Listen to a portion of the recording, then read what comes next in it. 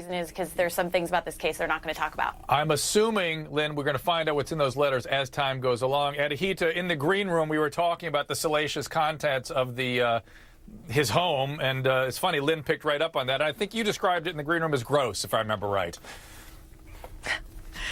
Yeah, that's absolutely gross, Dr. Drew, and I'm not quite sure what the implication is or what the insinuation is, but what I do know is that anyone who insinuates that this 16-year-old girl was anything other than a victim is absolutely reprehensible.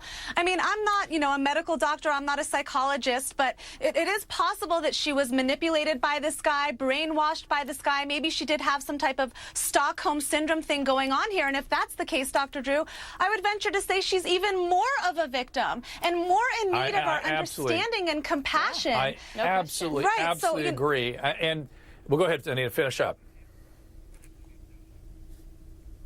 No. So listen, I was going to go to Dean. So if that's the case, I think that she. This is the fun. We have. I got to tell our viewers this. This is your.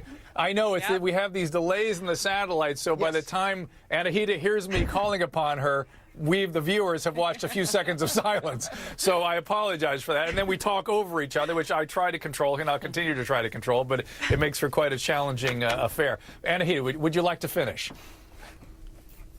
Yes, so I was saying anyone who's insinuating that, I think it's very insulting. And if indeed this girl was somehow brainwashed by this disgusting predator, this creep, then she deserves more of our sympathy. And quite frankly, you don't blame the victim when the victim is a 16-year-old little girl. Yes. Yeah, and Dean, we're hearing now that not only could this have been... Yeah, I agree with you. There's got to be something prior, because this idea of snapping, you don't snap into this kind of behavior. Anahita, you agree with me?